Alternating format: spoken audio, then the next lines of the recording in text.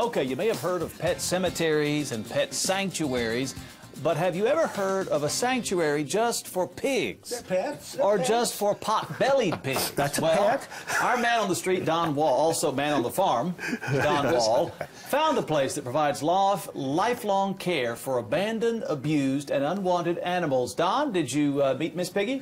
Jeff, I met Miss Piggy, Mr. Piggy, and about 300 other piggies that are not that little and are not going to market because they're lucky enough to live at the Atlasta Home Sanctuary in Innis. These pigs are in hog heaven for the rest of their lives. Come on, let's go. Come on, piggies. Come on, piggies. Come on, piggies. Chris Hinterman feeds 300 pigs a day. On, That's piggies. 300 pigs every single day. Come on, piggies, let's go. Literally 900. Literally 900 pounds of food a day. I go through a little more, over 10 tons of food a month. Come on, guys. It started 19 years ago. She takes care of potbelly pigs, farm hogs, and feral hogs. She's got dogs, horses, miniature horses, This is Mighty. He's a miniature horse. chickens, and a goat named Buck. That's Buck. Buck.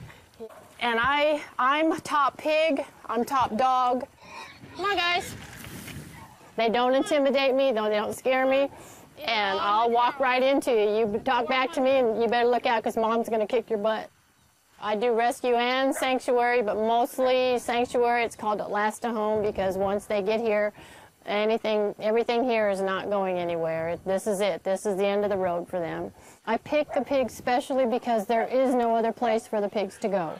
All the animals are spayed or neutered. They can roam all 75 acres, but they like to stay together in a herd around the barnyard. I want them to have freedom because some of these animals have been through hell and back.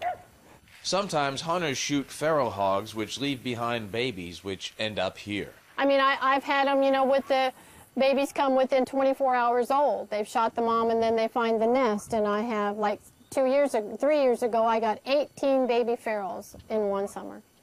Then there are the potbelly pigs, originally from Vietnam, a fad in the 1990s, advertised as good house pets. Chris doesn't think so. They grow up to be 150 to 400 pounds, sometimes ornery, downright piggish. They're just like children. They're very smart. Number 4 on the intelligent list, very smart. So if they think they can push your button and you give in, oh, game is on. Happy birthday to you. Rebecca Walter is boarding her pig Katie here, and it's Katie's 3rd birthday. She doesn't like her cake that much, but she loves her present. Peanut butter and jelly sandwich with honey. Potbelly pigs are prohibited in Arlington, where Rebecca lives, and Katie was getting too big anyways. She was really little, and I fed her out of a bottle. Then she got really big. Yeah. Kit Kat is only 3 weeks old, but within 3 years, she'll weigh at least 150 pounds. Come on, Miss Piggy. So now they call these little pigs teacup pigs. Wow. They say they won't grow past 15 pounds, but you might want to think twice. Many of these pigs will grow to 150 to 300 pounds, and that's a lot more pig than you can handle around the house. It's a lot of bacon. It's a lot of If they're bacon. the 4th smartest, what's 3, 2, and 1? Mo, Larry, and Curly? I don't know. So the point is, these are really not household pets. Shouldn't be considered. They were advertised and promoted. It was a fad. A lot of people got them. I think you remember George Clooney even had one. Mm-hmm. And they were promoted as like the perfect household pet. Yeah. Beautiful little pigs. They said they wouldn't grow past 15 or 20 pounds. And then they just keep growing. Yeah. 15, 20 pounds, and how many years do they live?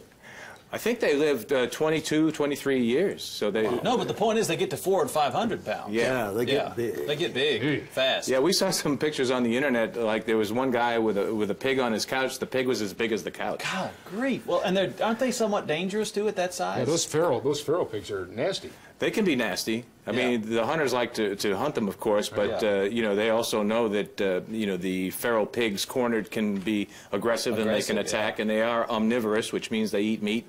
So I got to tell you, being in the pen with all those pigs, I was thinking like, she said, oh, they'll be okay. I was like, okay.